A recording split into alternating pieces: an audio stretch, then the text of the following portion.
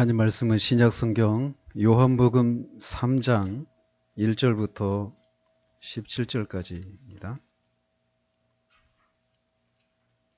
요한복음 3장 1절에서 17절까지 보도록 하겠습니다. 하나님 말씀 받으실 때 자리에서 일어나 주시기 바랍니다. 하나님 말씀 이러합니다. 그런데 바리새인 중에 니고데모라 하는 사람이 있으니 유대인의 지도자라. 그가 밤에 예수께 와서 이르되 랍비여 우리가 당신은 하나님께로부터 오신 선생인 줄 아나이다. 하나님이 함께 하시지 아니하시면 당신이 행하시는 이 표적을 아무도 할 수 없음이니이다.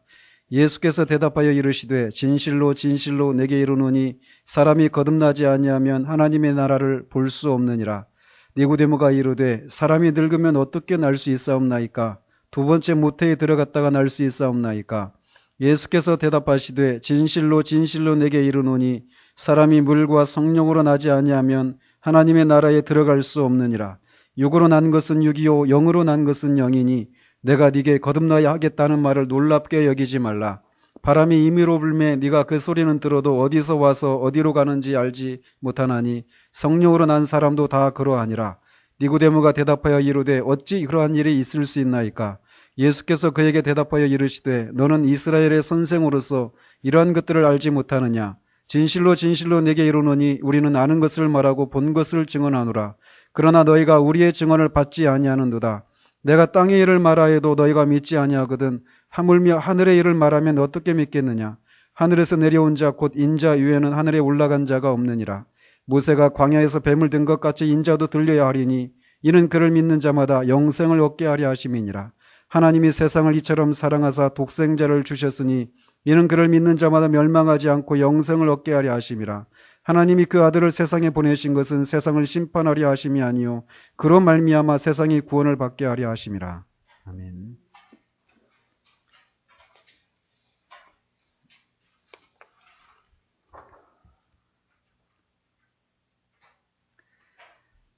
지난주에 우리는 자신의 믿음이 구원 얻는 믿음인지 아닌지를 살펴봐야 한다라고 하는 말씀을 살펴보았습니다. 여러분이 교회에 다니면 우리 주일학교 아이들도 어려서부터 교회를 다니면 자신이 하나님의 심판을 받을 수밖에 없는 죄인이라는 사실과 이런 자신을 위해서 십자가에서 죽으시고 다시 살아나신 예수 그리스도를 믿음으로 구원을 받는다라고 하는 것을 모르는 사람은 없습니다. 우리 윤지도 다 알죠. 그죠? 그런데 예수 그리스도를 믿는다라고 할 때 그 믿음에는 구원에 이르는 믿음이 있는가 하면 구원에 이르지 못하는 믿음도 있다라는 겁니다. 그래서 이 구원 믿는다고 하는데 그 믿음이 진짜 구원에 이르는 믿음이냐 아니냐 이 차이는 그냥 지적으로 동의하느냐 진짜 믿는 거냐 이 결정적인 차이는 먼저는 스스로 구원에 이를 수 없다라고 하는 것을 깨닫는 데서 오는 자기 절망과 그로 인한 상한 심령이 있느냐. 이런 게 없이 예수님을 믿는다라고 하는 것은 그건 지적인 동의에 불과하다라는 겁니다. 그리고 또 하나는 그리스도를 구세주로만이 아니라 주님으로 믿어서 그분께 순종하는 삶이 있는가 없는가를 보면 그 믿음이 진짜인가 아닌가를 알 수 있다는 겁니다. 그러면서 나는 예수님을 믿고 구원받았어요 라고 말하면서 여전히 시작부터 지금까지 여전히 예수님을 내가 제대로 믿으면 정말 내가 원하지 않는 삶을 하나님이 살라고 하시는 건 아닐까? 이런 두려움 때문에 미적지근한 그런 모습으로 차지도 덥지도 않은 그런 모습으로 있는 그런 모습은 구원받은 것이 아니라는 거예요. 순종의 진짜 그 믿음이 진짜 믿음이면 그분 주님께 순종하고 주님께 헌신하는 삶이 반드시 따라 나오게 되어 있습니다. 그 순종이 때로는 불완전하고 그 헌신이 때로는 주님이 원하시는 그 요구에 미치지 못하는 경우들이 허다해요. 그러나 그렇지 못한 것 때문에 마음이 상해합니다. 더 그렇게 살고 싶은 그런 마음이 있다라는 거예요.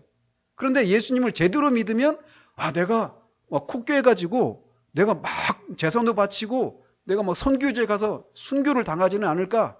또는 교회 봉사 막 그렇게 하고 이런 것이 있지 않을까? 이런 생각을 갖고 있다면 여러분은 구원받은 게 아니에요. 아마 대부분 교회를 다니면서 예수님을 믿어야 구원을 받는다는 것에 대해서 늘 들어왔던 내용이지만 예수님을 믿는다고 할 때 그것이 무엇을 의미하는지에 대해서 이렇게 구체적으로 살피는 말씀들은 거의 들어보지를 못하셨을 겁니다. 그래서 자신이 죄인이라고 하는 것을 인정하고 예수님을 믿기로 하고 신앙생활을 시작하고 그에 따른 몇 가지 체험들과 여러 가지 활동들을 해왔기 때문에 자신은 틀림없이 구원을 받은 사람이라고 생각을 하면서 거의 자신의 구원의 문제에 대해서 고민하지 않고 살아가는 사람들이 교회 안에 태반입니다. 이런 사람들을 양산하는 것 중에 가장 큰 것 중에 하나가 무엇이냐면 구원에 대한 개념을 성경에서 말하는 그런 구원 개념이 아니라 이 시대에서 우리가 통용되고 있는 그런 것들의 기준을 삼을 때 그런 혼란이 일어나는 거예요. 제가 말씀드렸잖아요. 죄를 인식하면 반드시 심판에 대한 두려움이 따라옵니다. 그러면서 거기서 벗어나려고 막 노력을 한단 말이에요. 그래서 제가 말씀드렸잖아요. 위필드나 웨슬리나 루터나 이런 분들이 그런 것을 인식했을 때 막 금식하고 기도하고 선을 행하고 경건생활에 열심을 내고 구제하고 선교까지도 하고 막 이런 일들이 있었단 말이에요. 그 모든 노력이 무엇을 목표로 한 노력이냐면 자기 죄를 용서받고 하나님과 관계를 회복하기 위한 노력이에요. 그리고 그런 우리를 위해서 예수님이 십자가에서 죽으셨다. 그리고 그를 믿는 자마다 용서를 받는다. 이 말씀을 못 들은 게 아니에요. 그들이 다 들었단 말입니다. 그래서 그 말씀을 믿었다고 생각하고 구원받은 사람이라고 생각하고 살아가요. 그런데 제가 오후 예배 때 살피는 것처럼 상한 심령이 없어요. 자기 절망에서 나오는 상한 심령이 무엇인지 몰라요. 그래서 자신이 구원을 받았다라고 생각할 때는 내가 그렇게 죄를 인식하고 심판을 인식하고 거기서 벗어나기 위해서 열심을 내었던 경건생활에 열심을 내었던 그 기억, 그리고 죄를 떠났던 그 기억, 그리고 그리스도인의 삶을 살았던 그런 여러 가지 활동들, 이런 것들을 근거로 구원 받았습니까? 물어보면 그걸 먼저 떠오른다라는 거예요. 근데 그런 사람을 그리스도인이라고 말해요. 그리고 그런 그리스도인이 이제 어떤 큰 은혜를 경험하고 나면 막 그 죄사함의 그 은혜를 막 경험하면서 이제 영혼을 구원하기 위해서 목사가 되고 선교사가 되고 우리가 막 자신의 몸을 불살하게 내어주는 그런 헌신을 하게 된다. 그러니까 믿는 것과 헌신이 따로 있는 것처럼 그렇게 생각하는 그런 가르침들이 오늘날 교회 안에 많아요. 제 청년 때 다니던 교회 목사님 책 중에 십자가를 경험하라고 하는 책이 있습니다. 오늘 아침에도 제가 확인을 했어요. 거기서 그런 얘기를 해요. 구원이 아무리 확실하다 할지라도 그리스도의 십자가를 개인적으로 그리스도의 십자가를 만나는 체험이 없으면 그의 신앙생활이 불안하기 짝이 없다. 이렇게 얘기를 해요. 저는 퀘스천이 그래요. 어떻게 그리스도의 십자가를 경험하지 않은 사람이 그리스도인이라고 할 수 있을까? 어떻게 그 사람이 구원을 받은 사람이라고 할 수 있을까? 넌센스죠. 그래서 그 그리스도의 십자가를 경험하지 않은 채 그래서 어떤 막 그런 죄사함의 기쁨도 없고 주님을 향한 그런 헌신과 열정과 그런 헌신의 삶이 없는 그리스도인은 육적인 그리스도인이고, 그런 것이 있는 사람은 십자가를 경험해서 영적인 그리스도인이 되었다라고 하는 이런 가르침이 있다라는 거예요. 그래서 사람들을 혼동 가운데 몰아넣는 거예요. 아, 나는 구원 받았는데 내 안에 이런 기쁨도 없고 헌신도 없는 것은 내가 더 큰 은혜를, 아직 십자가, 그분이 말하는 그 십자가를 경험하지 않았기 때문이구나 라고 생각한다라는 것이죠. 지난주에 말씀드렸잖아요. 천로역정에서 크리스천이 그 십자가를 경험하는 그 순간, 그 자리까지도 여전히 뒤에 죄짐이 있었단 말이에요. 그는 그리스도인이 아니었단 말입니다. 그때까지도. 십자가를 경험하기 전까지는. 죄에 대한 인식이 있고 심판에 대한 두려움이 있고 그 헌신이 있었어요. 주님을 위해서 많은 희생과 대가를 치르고 구원에 대한 소망도 들었고 그 그리스도를 믿음으로 구원받는다고 이런 복음의 내용을 들었단 말이에요. 그래서 소망하고 기뻐하기도 했어요. 그거를. 그런데 십자가를 개인적으로 경험하지 못한 거예요. 그럼 구원받은 사람이 아니란 말입니다. 그런데 이거를 나는 아직 어린 신자고 육신적인 그리스도인이고 육적인 그리스도인이고 더 큰 은혜를 경험해서 이제 그런 헌신하는 그런 영적인 성숙한 그리스도인이 된다. 이런 식으로 생각하면서 자신이 구원받지 못했는데도 자신을 속이고 그렇게 신앙생활을 하고 있는 사람들이 많다라는 거예요. 엄밀한 의미에서 그것은 신앙생활이 아니라 교회 생활입니다. 그런 면에서 진짜 자신이 구원을 받았는가 안 받았는가, 진짜 내가 믿는다고 할 때 그 믿음이라고 하는 요소 속에 자기 절망이라고 하는 요소, 거기에서 오는 상한 심령이 있는가, 또 그런 가운데서 그리스도를 붙잡고 그분을 믿었는데 그 믿음 속에 헌신이라고 하는 그런 삶의 열매들이 내 삶 가운데서 따라 나오고 있는가, 그걸 보셔야 돼요. 그거를 보지 않으면, 이거를 내가 지금까지 나는 구원받은 사람이라고 철석같이 믿고 살아온 세월이 10년, 20년, 30년, 50년, 60년 이렇게 될 수도 있습니다. 그런데 이 문제 앞에 서는 것은 얼마나 우리를 힘들게 하는 요소입니까? 그렇지 않아요? 나는 철석같이 구원받은 사람이라고 수십 년을 살아왔단 말이에요. 교회에서 신앙생활을 해왔단 말이에요. 그런데 내가 아닐지도 모르겠다, 이런 생각이 들 때 얼마나 두려운 마음이 일겠느냐고요. 그리고 얼마나 부끄럽습니까? 그런데 기억하십시오. 아직 이 땅에 있을 때는 기회가 있어요. 자기가 구원받은 줄 알고 천국 갈 줄 알고 죽었는데 그 하나님의 심판대 앞에서 내가 구원받지 못한 사람이라고 하는 것이 드러난다면, 그리고 만인 앞에서 나의 그 부끄러움들이 다 공개적으로 드러나거든요. 심판날.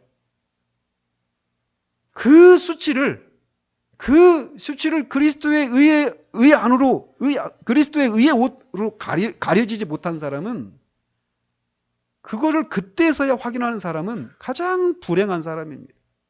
이 땅에 살면서도 한 번도 마음껏 죄를 져보지도 못해요. 늘 마음의 양심의 가책을 누립니다. 내가 이렇게 살면 안 되는데, 내가 더 헌신해야 되는데, 늘 마음의 양심의 가책을 가지고 있어요. 그런 이 땅에서 신앙생활 하면서도 기쁨이 하나도 없습니다. 그리고 마지막에도 부끄러운 모습으로 드러날 수 있다는 거예요. 그런 면에서 저는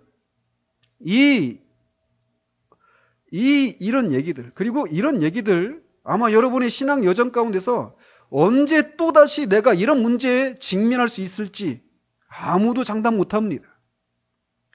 돌아보십시오. 여러분이 언제 한번 이런 말씀들 들어본 적이 있는지. 기회가 없을지도 몰라요. 근데 사람들이 이런 얘기가 이렇게 자신은 이렇게 구원을 받았고, 그러니까 나는 당연히 이제 더 깊은 진리, 더 성숙한 사람이 그리스도인이 되어지는데 필요한 이런저런 어떤 그런 가르침이 나는 필요하다, 이렇게 생각하고 있는데 그의 신앙의 밑둥을 흔들어버리는, 아니, 당신은 아예 구원의 시작도 안 했습니다. 당신은 그리스도인이었던 적이 한 번도 없었습니다 라고 하는 이런 얘기를 들을 때 그 마음이 편하겠습니까? 절대 편하지 않습니다. 절대 편하지 않아요. 그런데 그런 상황에 딱 직면할 때 가장 먼저 찾아오는 그 감정이 무엇이냐면 두려움이에요. 무섭죠. 내가 정말 구원받지 못했다면 어떻게 될까? 이 두려움이 찾아오는 거예요. 그래서 그 사람은 왜 두려움이 찾아오느냐면 양심의 가책을 느끼기 때문에 그렇습니다. 양심의 가책을 느끼니까 두려운 거예요. 그래서 그 두려움을 없애기 위해서 교회 밖에 있는 사람들은 하나님을 없애버립니다. 교회 밖에 있는 사람들은 자신의 양심의 가책을 느껴서 두렵게 만드는 그 원인, 궁극적인 원인자인 하나님을 이 세상에서 없애려고 하는 그런 시도를 하는 거예요. 무신론자들이 취하는 방식이죠. 영국의 그 인본주의자들이 영국 그 시내 그 버스에 그런 광고를 실었어요. 아마도 하나님은 없다. 그러니 여러분의 인생을 즐겨라. 그들이 단정적으로 하나님은 없습니다. 그러니까 인생을 즐기십시오 이렇게 말하지 못하고 probably 아마도 하나님이 없을 겁니다. 이렇게 말하는 거예요. 하나님이 없어야 양심의 가책을 받는 일이 없거든요. 그러니까 무신론자들은 그런 식으로 하나님을 없애려고 하는 시도를 합니다. 또는 환생이랄지 뭐 윤회 사상이랄지 이런 것들은 내가 피할 수 있는 어떤 그런 도피처로 생각하는 거예요. 여기 있잖아요. 성경은 한 번 죽는 것은 사람에게 정한 것이요 그 후에는 심판이 있다라고 말을 해요. 근데 죽은 다음에 끝이 아니라 또 다른 삶이 있다라고 하는 것은 얼마나 그에게 복음으로 들립니까? 심판을 받을 기회를 또 연장하는 거예요. 계속 연장하다가 나중에는 없어져 버리는 겁니다. 내 존재가. 심판을 받지 않게 되죠. 그러니 이 양심의 가책을 느끼면서 죄에 대한 그 죄책감이 밀려오면서 두려움에 시달리는 사람에게 하나님이 없다라고 하는 사실은 그들에게는 복음이에요. 그게. 그래서 사람들이 그런 이교도들의 무신론에 열광하는 거예요. 그래서 나같이 많이 배우지 못한 사람들이 그런 생각하는 것은 좀 어줍지 않다 이런 생각을 하고 있는 터에 많이 배운 아주 학식이 많은 스티븐 호킹이죠. 호킹 박사나 아인슈타인이나 뭐 이런 우리나라의 김용옥 교수나 이런 학자들, 이런 과학자들이 신은 없다 이런 한마디 해주면 안심을 하는 거예요. 열광하는 겁니다. 두려움이 물려올 때 사람들이 취하는 방식이 이런 식으로 하나님을 없애려고 하는 시도를 하는 거예요. 교회 안에 있는 사람들은 어떻게 하느냐? 이 두려움이 물려올 때. 먼저는 자신의 구원을 변명하고 정당화하려고 하는 시도를 합니다. 누가 뭐래도 나는 구원받았다. 무엇을 근거로 그런 생각하느냐라고 물어보면 좀 전에도 말씀드린 것처럼 계속 말씀드린 것처럼 내가 죄를 인식하고 심판을 인식하고 거기서 벗어나려고 기도하고 애쓰고 술 마시고 뭐 깽판 치고 이런 삶을 살았다가 그 삶을 청산하고 교회 안에 들어와서 열심을 냈던 그 기억. 그리고 교회 안에 들어오니까 어떤 기쁨도 있었고 사람들과 나누는 그런 그 교제의 기쁨도 있고 성경을 새로운 걸 알아가는 그런 것을 아는 그런 기쁨도 있었던 것들. 그걸 붙든다라는 거예요. 그런데 말씀드린 것처럼 우리가 방금 전에도 부른 것처럼 내가 마음을 고치고 생각을 고쳤다고 해도 죄악된 행실을 다 고치고 못된 행실을 고치고 죄악된 생각을 바꿨다고 해도 주 앞에서 정결타고 할 수 없다고 하는 것이 성경의 얘기예요.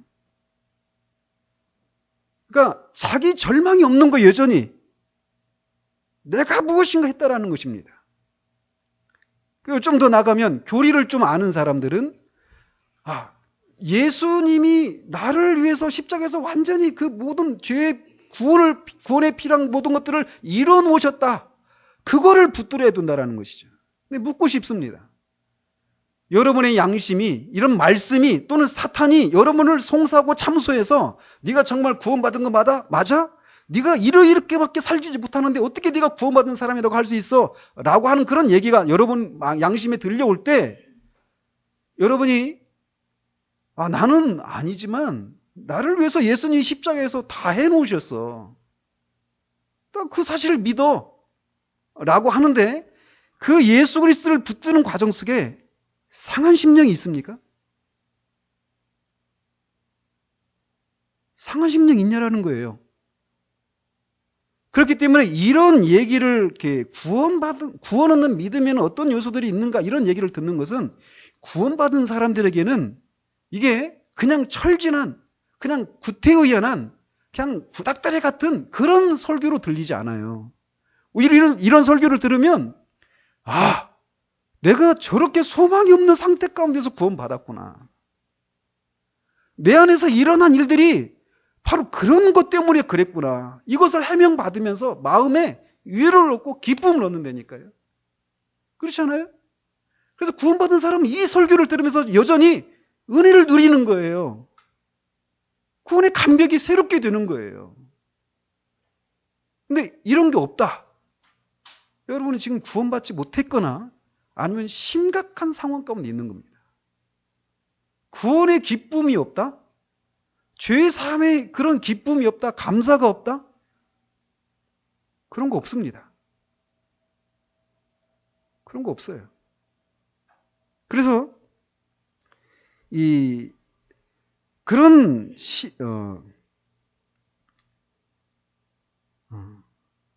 그래서 한마디로 자신의 행위에 근거해서 구원을 받았다고 막 주장하면서 자신의 구원을 정당화시키고 합리화시키려고 하는 그런 시도를 한다는 것입니다. 그러나 말씀드린 것처럼 자신의 행위로 구원을 받을 수 없다라고 하는 것, 이것을 이렇게 믿는 것이 또 반대로 자기가 정말 자기 절망과 그로 인한 상한 심령을 갖지 않은 채 예수님을 믿는다고 하는 것을 인정하는 것은 이 결코 쉬운 일이 아니에요. 사람들에게 그것을 떨쳐버리는 것이 얼마나 어려운 일인지 모릅니다. 그래서 사람으로는 할 수가 없어요. 하나님이 하시는 거예요. 그런데 많은 사람들이 몇 번 말씀을 드렸지만 이 생각을 떨치지 못해요. 몇 년 전에 우리 교회를 떠난 어떤 집사님도 제가 복음이란 무엇인가 이 설교를 하면서 이런 내용을 다룬 적이 있거든요. 우리가 구원받기 위해서 막 애를 쓰고 금식하고 기도하고 막 철야하고 이런 것들이 우리를 구원해 주는 게 아니다라고 얘기를 했을 때 그분이 막 화를 내셨어요. 저한테는 직접 아니고. 우리 교회 사랑이 없어서 떠난 게 아니에요. 여전히 그분이 붙들고 있었던 게 뭐냐면 자기의예요. 자기의. 이게 건드려지니까 화를 내는 거죠. 여러분 아십니까? 인간이라고 하는 존재는 자기가 그래도 어떤 살만한 그런 가치가 있는 사람이다라고 하는 이런 자존, 이게 없으면 사람 자살합니다. 이게 무너지면. 자살하든지 아니면 나를 지탱해 주지 못하는 그 자기 의가 아니라 하나님의 은혜, 그리스도의 의, 이것을 붙들고 살아가든지 둘 중에 하나예요. 근데 그것이 건드려지면 자지러지는 거예요. 신앙이라고 하는 것이 자기를 붙들어주는 어떤 자기 의로 신앙생활하는 사람들이 있거든요.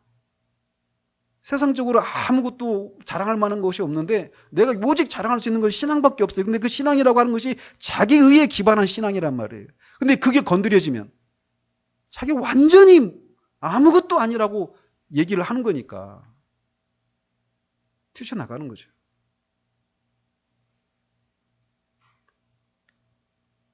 제가 기도하지 말라는 얘기가 아니잖아요. 그죠? 이렇게 자기 절망으로 상한 심령 가운데 예수 그리스도를 믿음으로만 오직 은혜로만 구원에 이른다라고 하는 것을 거치지 않은 사람들, 즉 자신의 행위로 구원에 이를 수 있다고 생각하는 사람은 나중에 자신이 영적인 침체에 빠졌다고 생각할 때 사실은 영적인 침체가 아닙니다. 그 영적인 침체가 아니에요. 왜냐하면 영적으로 살아난 적이 없었거든요, 사실. 근데 어쨌든 그게 영적인 침체라고 치자고요. 그 영적인 침체에 빠졌을 때 그것을 회복하기 위해서 어떤 생각을 하느냐면 자신의 그 상황을 이제 타개하기 위해서 내가 열심히 기도하고 철야하고 신앙에 열심을 내면 회복할 수 있다라고 하는 것을 통해서 그 자신이 영적인 회복이라고 하는 그 회복의 방법에 있어서도 내가 얼마나 열심을 내느냐에 따라서 마음만 먹고 열심을 내면 얼마든지 회복할 수 있다라고 하는 생각들을 갖고 있습니다. 그것을 통해서 자신이 자기 절망과 그로 인한 상한 심령으로 예수 그리스도를 붙드는 이 과정을 거치지 않고 교회 안에 들어왔다라는 것을 드러내는 거예요. 그래서 사실상 교회 안에 있는 많은 사람들이 영적인 침체에 빠졌다고 하지만 한 번도 그들은 살아난 적이 없기 때문에 엄밀한 의미에서의 침체가 아닌 사람들이 많습니다. 원래부터 그랬던 거예요. 잠시 누렸다고 하는 그런 기쁨, 영적인 생명, 이런 것은 일시적인 기쁨이라고 할 수 있는 겁니다. 히브리서 6장에 나오죠? 한 번 비춤을 받고 내세의 능력을 맛보고 하나님의 말씀의 그 빛을 조명받은 사람이 떠날 수 있는, 다시 돌이킬 수 없는 그런 상태에 대해서 얘기하잖아요. 일시적인 기쁨이 그런 것들이거든요. 일시적이라고 말할 때 그게 뭐 한 달, 일주일 이런 의미가 아닙니다. 그런 상황에서 평생 그런 상태로 갈 수도 있어요. 예수 그리스도를 진짜 붙잡는 그 믿음이 아니면 그건 다 일시적인 믿음인 거예요. 그 기간이 70년이든 80년이든 상관하지 않고 기간이 짧고 길고의 문제가 아니라는 겁니다. 진정성의 문제인 거예요.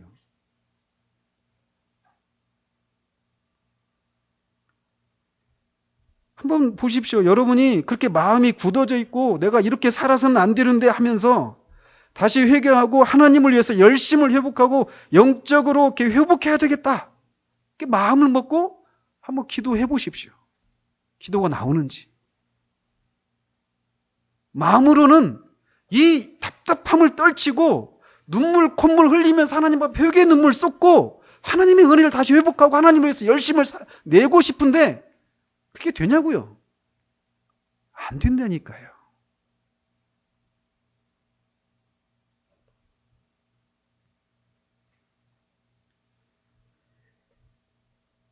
회개기도가 사람의 마음먹기에 달려있다고 생각하는 것은 인간의 상태가 어떤지를 모르는 거예요. 회개는 하나님의 은혜입니다. 하나님이 그 상한 심령을 허락해 주셔야 돼요. 통회하는 마음을 하나님이 허락해 주셔야 되는 거예요. 그렇게 우리 사람의 마음은 철저히 망가져 있습니다. 오후 예배 때 우리가 계속 살피는 내용이에요. 말씀드리고 싶은 건 우리의 신앙의 처음도 마지막도 오직 하나님의 은혜로만 가능하다라는 거예요.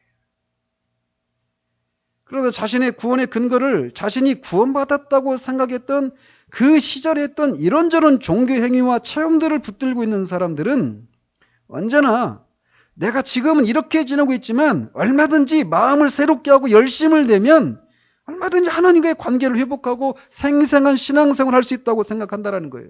그런데 그 시간이 1년, 2년, 10년, 20년, 30년 동안 계속 그러고 있는 거예요. 그 사람은 어떻게 구원받은 사람이라고 생각할 수 있느냐고요.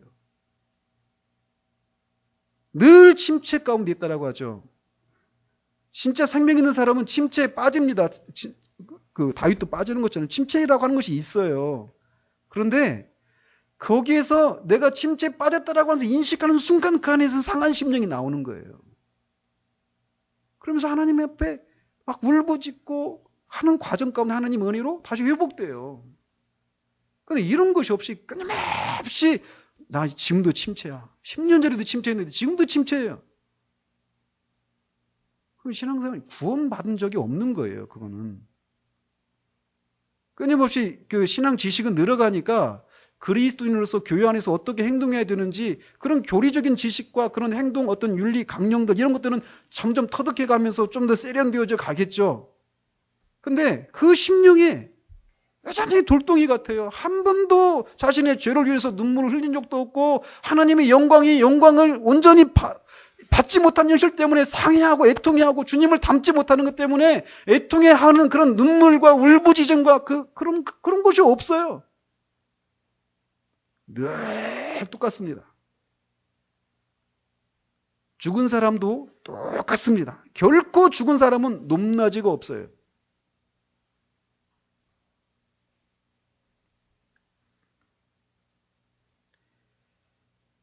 또 자신이 구원을 받지 못했을지도 모른다는 생각이 밀려올 때 어떤 사람은 말씀의 권위를 인정하지 않음으로써 자신에게 밀려오는 두려움을 몰아내려고 시도합니다. 즉 자신이 나는 구원을 받았다라고 생각하고 있는데 말씀을 들어보니까 당신은 구원받지 않은 것 같습니다. 이런 얘기를 들을 때 취하는 방식이 무엇이냐면 진짜 그 말씀이 맞아? 이런 식으로 얘기하는 거죠. 왜 다른 목사는 나를 구원받은 사람이라고 생각하는데 왜 저 목사는 나를 구원받지 못한 사람이라고 하지? 이런 식으로 말이에요. 왜 다른 교회에서는 이런 거 가지고 구원의 문제를 따지지도 않는데 왜 이 교회에서는 그렇지? 못 견디면 나가는 거죠. 말씀의 권위를 인정하지 않는 거예요. 그래서 자신에게 찾아온 두려움을 몰아내려고 시도합니다. 지난주에 말씀드렸죠. 이런 일들은 아주 열심히 있는 하나님이 크게 쓰시려고 하는 그런 특별한 사람들에게 있는 일이야. 이것도 그 두려움을 몰아내는 한 가지 방편입니다. 그러나 기억하십시오. 이 기간, 정도, 사람마다 차이가 있어요. 그러나 자신이 죄인이라고 하는 것을 깨닫는 데서 오는 자기 절망, 거기서 어떤 것으로도 할 수 없다라고 하는 자기 절망, 그리고 그 그리스도를 붙잡았다고 하는 것이 참이라고 하는 것을 증명하는 순종의 삶, 이 두 가지 요소가 없는 구원은 없습니다. 그럼 어떻게 해야 될까요? 이 문제에 직면해야 돼요. 내가 구원받았다고 생각해왔던 시간이 10년이든 20년이든 30년이든 그 앞에 서야 돼요. 방법이 없습니다. 이 땅에 있는 동안 이 앞에 진리 앞에 서지 않는 한 나중에 진짜 심판대 앞에 서게 되면 그때는 이미 늦습니다. 이미 늦어요. 그리고 그런 마음의 불편함을 없애기 위해서 다른 데로 피하시고 한다고 해서 이미 시작된 여러분 안에 시작된 그 두려움이 사라지느냐? 사라지지 않습니다. 해결을 보기 전까지는 사라지지 않아요. 여러분 안에서 끊임없이 여러분을 정당화하고 합리화시키는 그런 싸움이 일어나고 있다면 여러분은 아직 해결이 된 게 아니에요. 그런 것이 양심의 송사와 그 사단의 참소가 밀려와서 자신이 영적으로 좀 다운돼가지고 그런 것이 밀려올 때 그런 일이 있을 수 있거든요. 자신의 구원의 문제가 의심되는. 그런데 그런 일이 있을 때 정말 그 사람 구원받은 사람은 그리스도를 붙잡습니다. 어떻게? 상한 심령으로. 냉담한 심령으로 그리스도를 붙잡는 거 없어요. 처음 구원받을 때뿐만 아니라 나중에도 말이에요.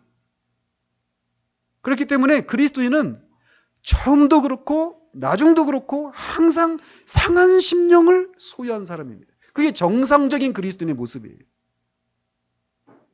그런 사람에게 하나님이 구원의 은혜를 베푸시는 거예요.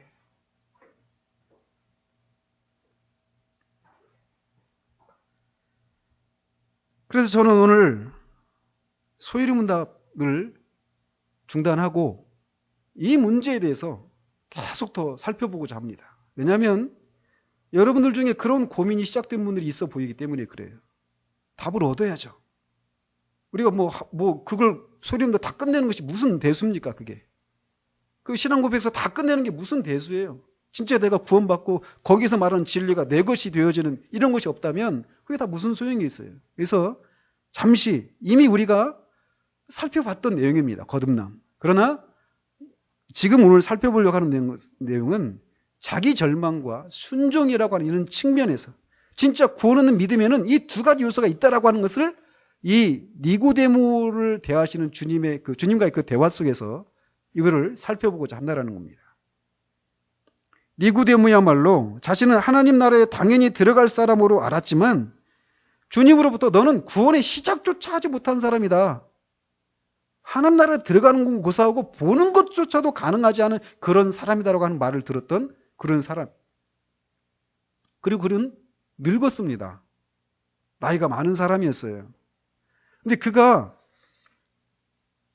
얼마나 이 주님으로부터 그런 얘기를 들었을 때 얼마나 큰 충격을 받았을까요? 오늘 아이들로 말로 멘붕이죠. 멘붕.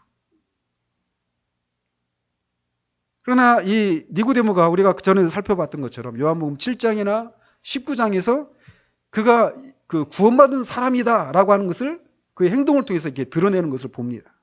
말씀드리고 싶은 건 이 니고데모가 겪었을 그 마음의 절망, 아마 여기에 있는 사람 중에 그가 겪었을 정도의 그런 절망을 겪은 사람은 없을 겁니다. 이 사람은 엄청난 이 떨어짐이 있었죠. 오늘 본문에서 니고데모를 대하시는 우리 주님의 모습은 오늘날 전도자들의 모습과 사뭇 다른 것을 봅니다. 오늘날은 그렇잖아요. 누군가가 이 구도자의 자세로 전도자에게 찾아오면 그런 그의 태도를 높이 칭찬하고 환대를 하면서 그를 대하는 것이 보통입니다. 니고데모도 그렇게 왔잖아요. 아주 신사적인 태도로 하나님 나라와 관련된 이런 얘기를 듣고 싶은 거예요. 더 예수님이 어떤 분이신가를 더 알고 싶고 고상한 자세로 온 거죠.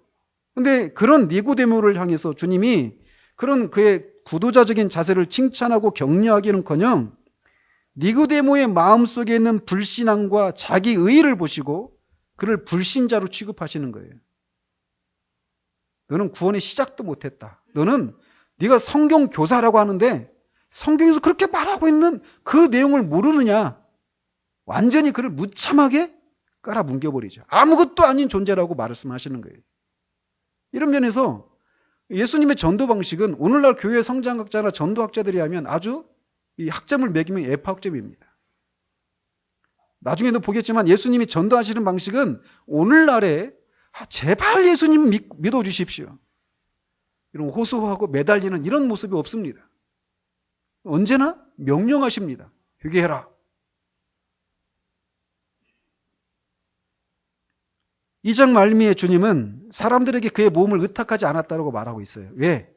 예수님이 사람들 속에 있는 것이 무엇인지를 다 아시는 전지하신 분이시거든요. 그렇기 때문에 니고데모와 이 대화 속에서 보면은 조금은 이게 좀 선문답 같아요. 이런 질문했는데 다른 대답하시고 이런 식의 대화가 이어지는 이유가 이 니고데모의 안에 있는 그 생각들을 주님은 다 아시고 있었기 때문에 그렇게 얘기를 한 것이죠. 니고데모가 와서 어떻게 니고데모도 이 장에 보면은 6월절에 주님이 예루살렘에서 많은 표적을 행했는데 그때 사람들이 많이 예수님의 이름을 믿었다라고 말하고 있어요. 그러니까 이적을 보고 믿은 거죠, 예수님을. 그런데 니고데모는 결국 진짜 예수님을 믿는 그 구원에 이르는 믿음을 소유하지 못한 사람이었어요.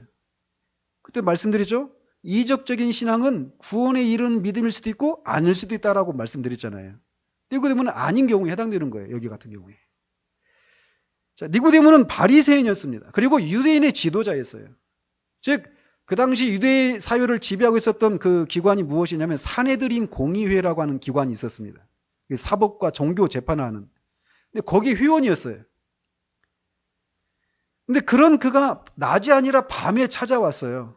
그거는 아마 그가 산헤드린 공회의 대표로 찾아온 것이 아니다. 이걸 말하려고 하는 것도 있고 이미 그때부터 시작된 바리새인들의 그 예수님에 대한 핍박 이거를 알고 있었기 때문에 동료들의 눈을 피해서 이렇게 밤에 찾아온 것으로 보여집니다.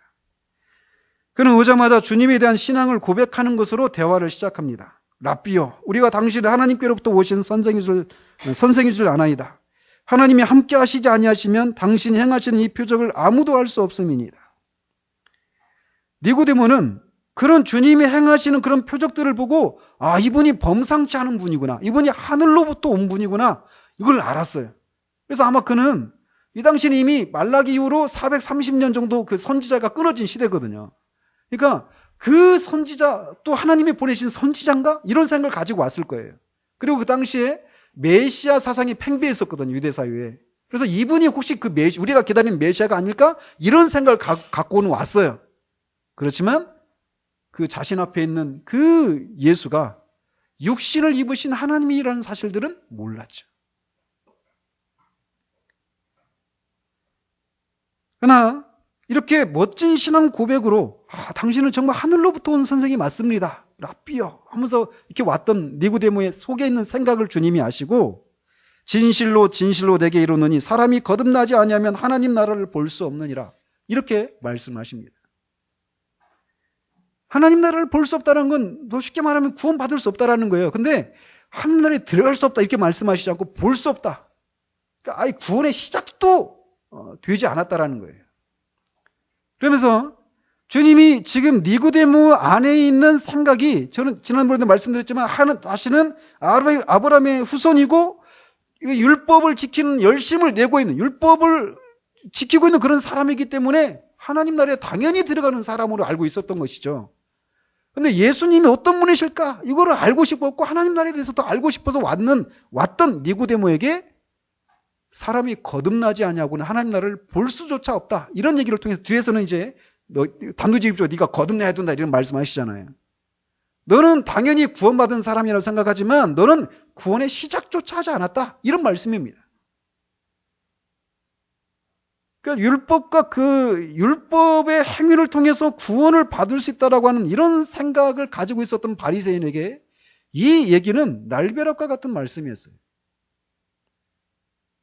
그런 얘기를 듣고 당황했죠. 그러면서 사람이 늙으면 어떻게 날 수 있습니까? 두 번째 모태에 들어갔다가 어머니 뱃속에 들어갔다가 날 수 있습니까? 이렇게 물었어요. 예수님의 말씀을 이해하지 못해서 그럴 수도 있지만 저는 그렇게 설명했지만 그렇지 않을 수도 있습니다. 그래서 존 메가드는 이렇게 말을 해요. 그는 성경을 가르치는 교사여서 주님이 하신 말씀의 그 성경적인 의미를 파악했다라는 겁니다. 그러면서 이렇게 했는데 이 대답은 사실 이렇다라는 거예요. 주님, 저는 도무지 그 일을 시작도 할 수 없습니다. 너무 늦었습니다. 다시 시작하기엔 제가 너무 종교적인 습성에 빠져버렸습니다. 반드시 처음부터 다시 시작해야 한다면 저에게는 더 이상 희망이 없습니다. 이런 얘기를 한 거라는 거예요. 그러니까 오늘날로 말하면 목사님 나는 예수님 믿고 구원받은 줄 알고 지금 그 세월이 20년, 30년입니다. 근데 지금 말씀을 들어보니 나는 구원받지 못한 사람 같습니다. 근데 그런 내가 다시 시작한다라니 얼마나 마음이 무겁겠습니까? 니고데모가 그런 얘기 하는 거예요. 난 너무 처음부터 시작해야 되니 아니 다시 태어나야 된다니. 즉 주님은 이 말씀을 통해서 니고데모가 구원에 이르기 위해서 지금까지 붙들고 행해왔던 모든 종교적인 행위들이 아무 의미가 없다라는 거예요. 다 버리라는 얘기입니다. 그런 것으로는 구원에 이르지 못한다라는 것이에요. 구원을 위해서 많은 헌금을 하고 더 헌신을 요구했다면 할 수 있었을지도 모릅니다.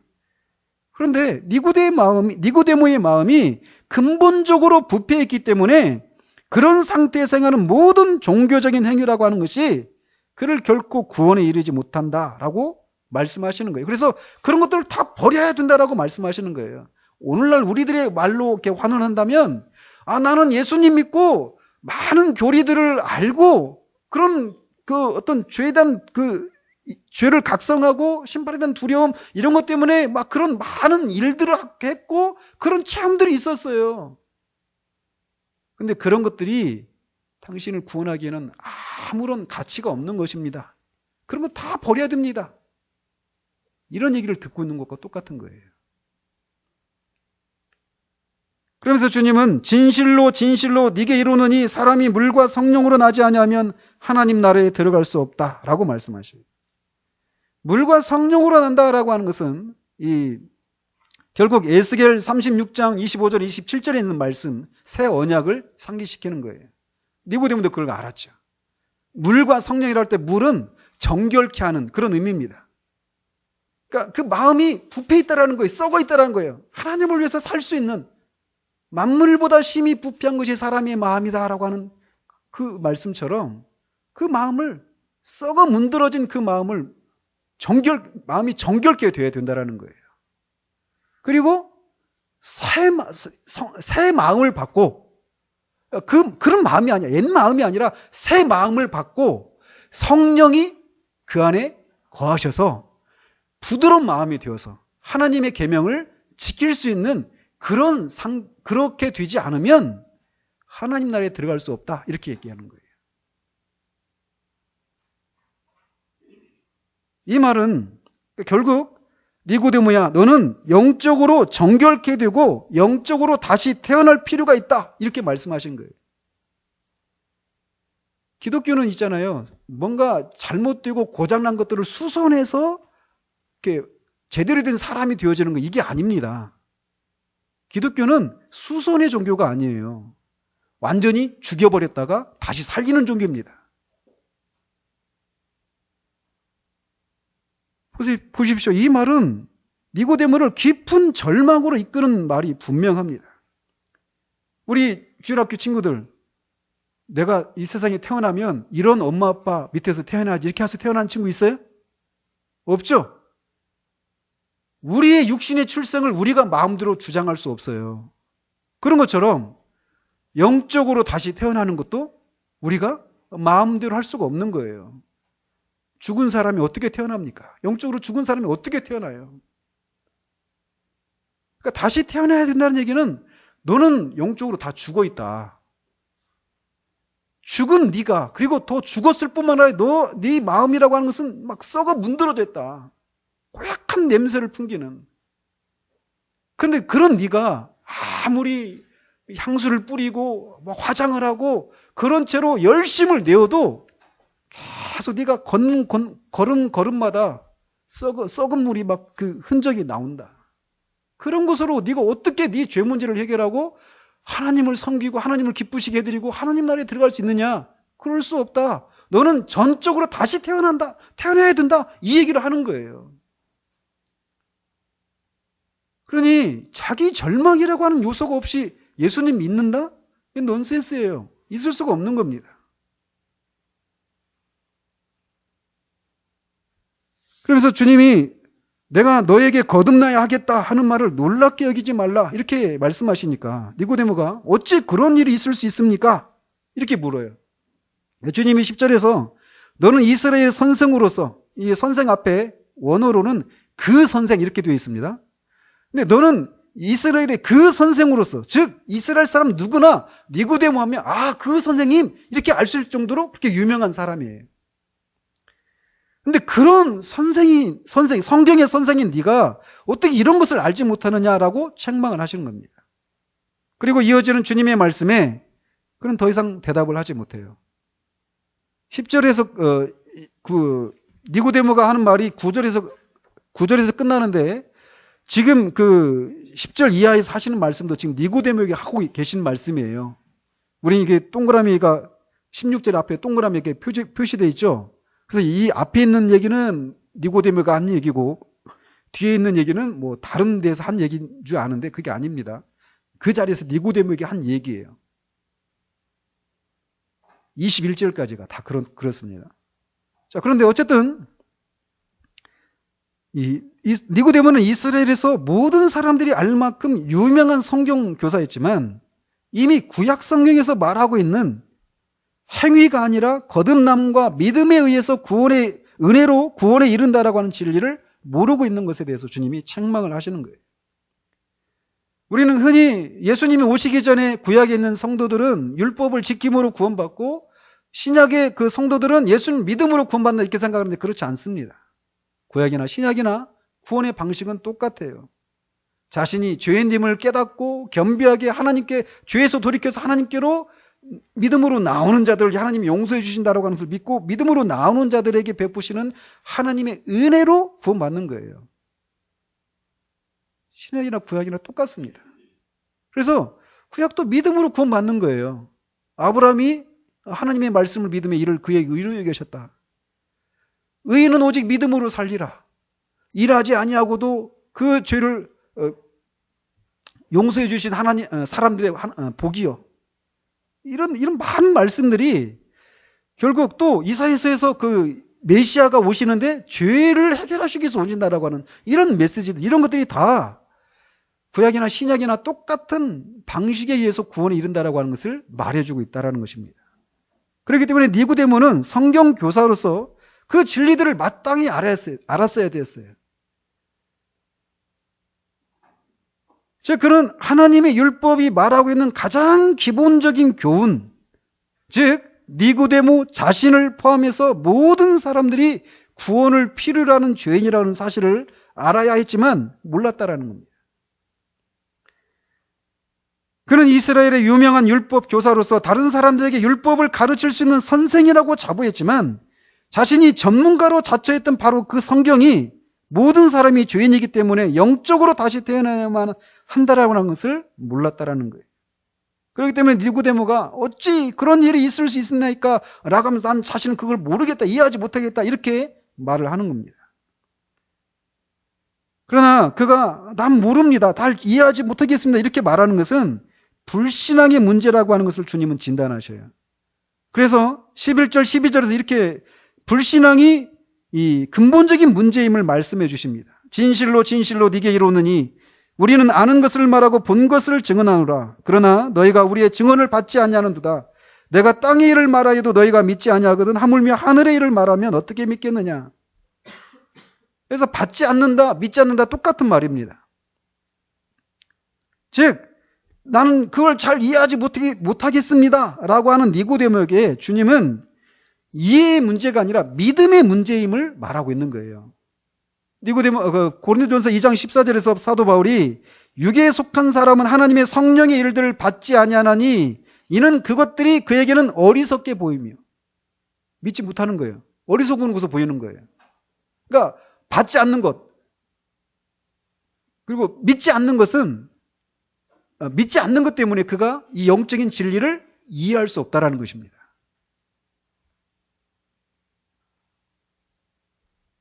그러면서 주님은 믿음의 문제를 이렇게 거론하기 시작하시는 거예요. 니고데모는 주님이 하나님으로부터 오신 분이 분명하다라고 하는 멋진 신앙 고백으로 시작했지만 주님은 그의 말을 막고 니고데모야, 너는 성경 교사인데 너는 성경도 전혀 이해하지 못하고 있다. 그리고 너는 구원을 받았다라고 생각하고 있는데 너는 구원에 대해서 기초적인 것도 모르고 있다. 너는 심지어 땅의 일들도 이해하지 못한다. 그러니 하늘 일을 말하는 것이 무슨 소용이 있겠느냐 이렇게 말씀하시는 거예요. 그래서 니고데모를 무참하게 아무것도 아니다라고 말씀하시는 거예요. 만약 오늘날 그렇게 얘기하면 돌 날라고 했죠. 오늘날의 전도 방식과 주님의 전도 방식은 달라요. 이런 면에서. 근데 언제나 교역사에 보면 이런 주님의 전도 방식을 따랐던 사람들을 통해서 하나님이 역사하셨던 걸로 봐요. 핍박이 없이, 비난이 없이, 사람들의 모함이 없이 어떤 영적인 회심과 이런 것을 기대할 수는 없어요. 주님은 이어서 하늘에서 내려온 자 곧 인자 위에는 하늘에 올라간 자가 없느니라 라고 하셔서 자신이 하늘에서 내려온 분이라고 하는 사실을 드러내시면서 니고데모가 가지고 있는 율법의 행위로 하늘에 올라갈 수 있다라고 하는 그 신앙 체계를 무너뜨리십니다. 하늘에 올라갈 수 있는 유일한 길은 하늘로부터 오신 예수, 즉 육신을 입으신 하나님을 통해서만 가능하다라는 거예요. 그렇기 때문에 하나님의 아들이 육신을 입고 이 땅에 오셔서 하늘에 올라갈 수 있는 길을 가르쳐 주시고 그 길을 직접 내신 것입니다. 따라서 그분의 말씀이 진리라고 믿고 거듭나지 않으면 아무도 구원에 이를 수 없다라는 거예요. 이어서 주님은 니고데모도 잘 알고 있을 구약의 한 사건을 통해서 거듭남의 단순성을 설명합니다. 그것은 광야에서 이스라엘 백성들이 노뱀에 물렸던 사건이에요. 그들이 하나님 앞에 원망하고 음식이 박하고 길도 험하고 언제 우리를 그 약속한 땅으로 인도할 것이냐, 지금 나온 지 얼마인데 아직도 우리를 뺑뺑 돌리고 있느냐 하면서 막 불평 불만 원망을 막 쏟아 넣었을 때 하나님이 불뱀을 보내주셔서 그들이 막 물려서 죽어가게 되는 그런 상황이었죠. 근데 그 상황에서 그들을 건졌던 방식은 장대에 달린 노뱀을 바라보는 것이었어요. 그러면서 주님이 그 사건을 언급하시면서 모세가 광야에서 뱀을 든 것 같이 인자도 들려야 하리니, 성경 교사였던 니고데모가 이 사건을 모를 리가 없겠죠. 그런데 문제는 니고데모가 그 얘기를 민수기 21장에 나오는 그 노뱀 사건을 읽으면서 분명히 그는 뱀에 물려서 죽어가는 백성의 입장에 자신을 놓고 읽지 않고 모세의 입장에서 읽었을 거라는 거죠. 언제나 있잖아요. 성경이든 어떤 경건서적이든 어떤 설교를 들을 때도 마찬가지예요. 저도 마찬가지입니다. 언젠가도 말씀드렸죠. 어떤 그 책을 읽는데 제가 이번에 3번째 읽었는데 2번째 읽을 때까지는 그 저자 입장에서 읽었어요. 마땅히 이래야지. 그럼 이렇게 해야지. 그런 동의가 있었죠. 2번째, 3번째 읽을 때는 거기서 책망하고 있는 그 대상이 바로 저더라고요. 그러니까 그 책이 은혜가 되는 거예요. 근데 니고데모는 그렇게 읽지 못했어요. 그래서 주님은 이 니고데모가 자신을 범죄하고 이 반항하는 이스라엘 백성과 동일시해야 됨을 보여주시는 거예요. 이 사건을 통해서. 이스라엘 백성들은 하나님께 반항하며 죄를 범했습니다. 그래서 그들은 심판을 받아 죽어가고 있었어요. 그런 그들이 구원을 받은 것은 장대에 달린 노뱀을 바라보는 것이었습니다. 하나님은 물린 자마다 그것을 보면 살리라 이렇게 말씀하셨어요. 어떤 다른 것도 추가하지 않았습니다.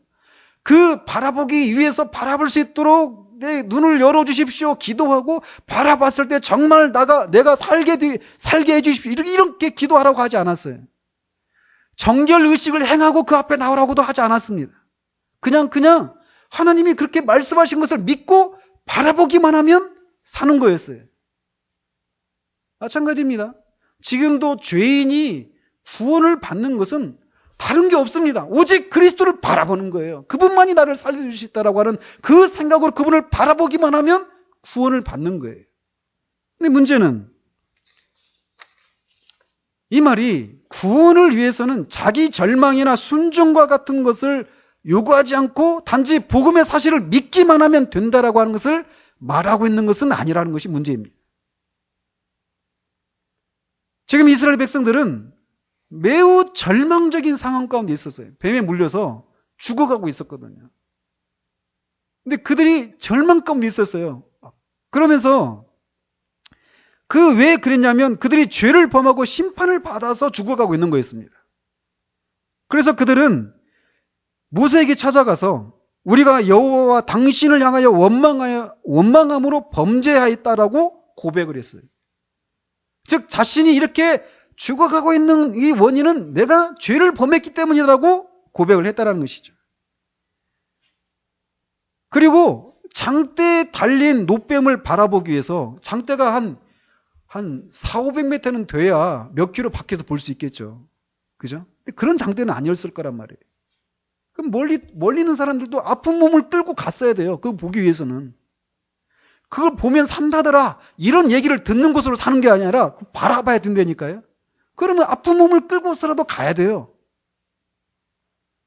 그리고 그들이 그 노뱀을 바라볼 때 저것만 바라보면 산다고 하더만 또 우리 이웃집 사람 오니까 살아왔더만 멀쩡하게 살아왔더만 이렇게 생각하면서 경박한 마음으로 바라봤겠냐고요. 절대 그렇지 않습니다. 십자가를 그 장대를 바라볼 때 노뱀을 바라볼 때 그들은 자신이 이렇게 죽어가게 되는 이유는 내 죄 때문이다라고 하는 것을 분명히 통렬하게 깨닫고 있었어요. 그리고 살려만 주신다면 내가 더 이상 죄를 짓지 않고 하나님을 위해서 살겠다. 하나님의 뜻대로 살겠다라고 하는 이런 고백을 분명히 가지고 바라봤을 거라는 거죠.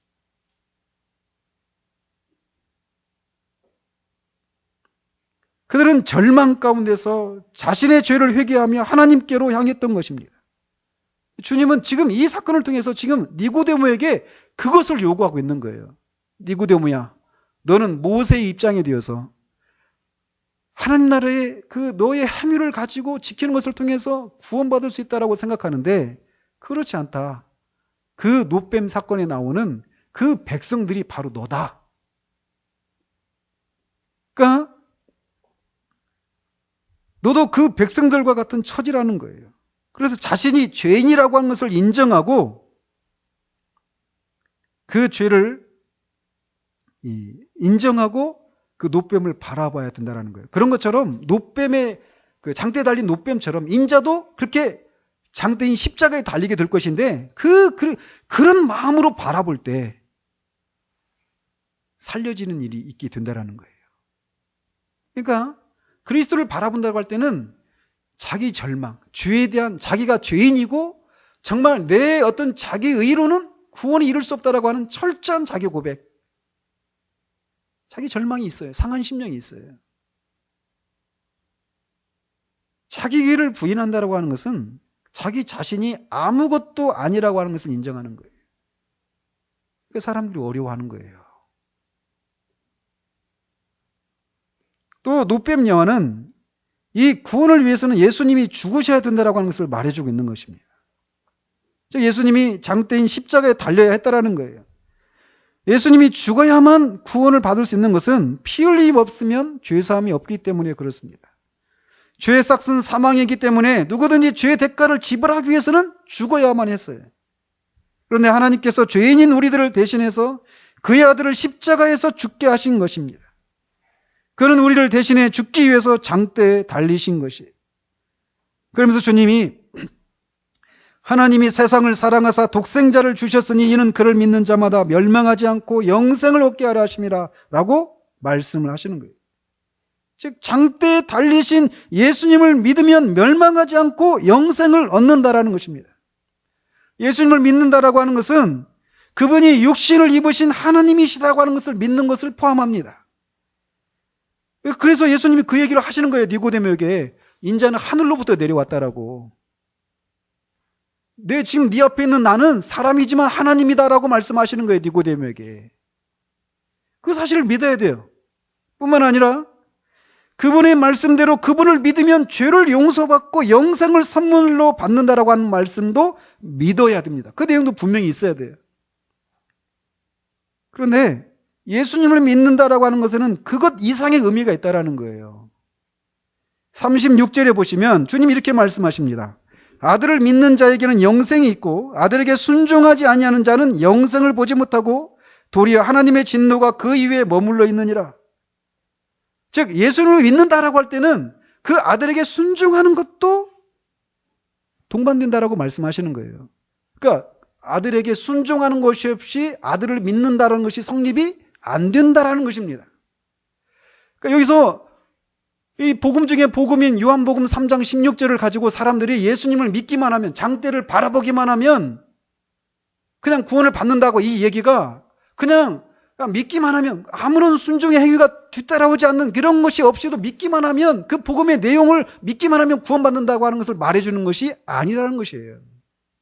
믿는다라고 하는 내용 속에는 순종과 헌신이라고 하는 삶이 동반되어 있다는 것입니다. 그것을 통해서 구원받는 것이 아니라 그 구원은 믿음이 진짜라고 하는 것을 순종을 통해서, 헌신을 통해서 입증하기 마련이라는 것이에요. 그러니까 이게 없으면 그 믿음이 가짜라는 거죠.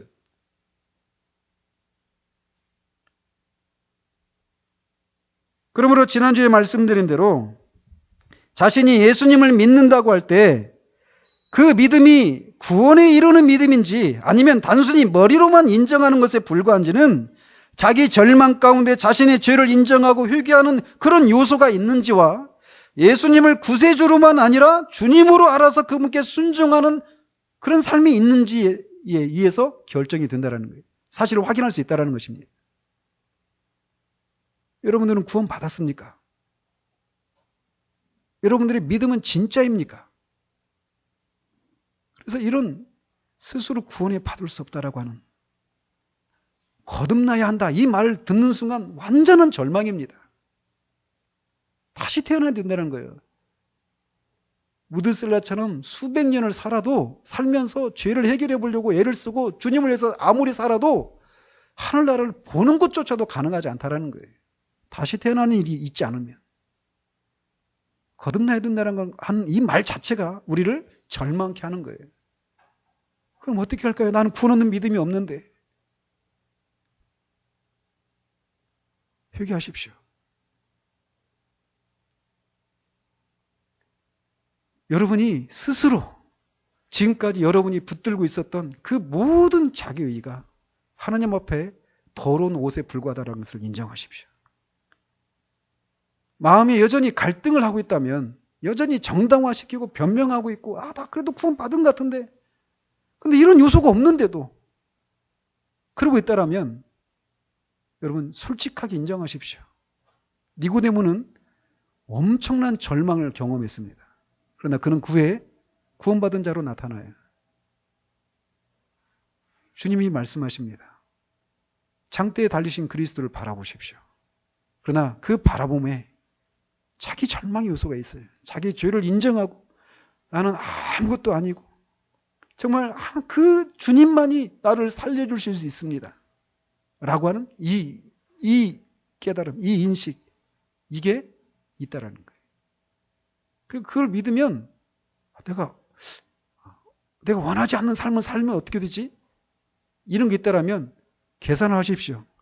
믿지 않은 채 영원한 형벌을 받아 지옥에서 영원한 형벌을 받든지, 아니면 정말 믿고 주님을 나의 주님으로 모셔서 주님이 나를 어디로 인도하시든지, 나를 정말 죽이시든지 살리시든지 가난하게 하시든지 부자가 되게 하시든지 권고하게 하시든지 풍요롭게 하시든지 주님이 어떻게 나를 인도하시든지 난 기꺼이 주님을 위해서 살겠습니다라고 하는 이런 마음으로 주님을 바라보는 거예요. 주님이 주님을 따르겠다고 왔던 수많은 사람들을 이런 말씀을 전하면서 사람들이 다 도망갔어요.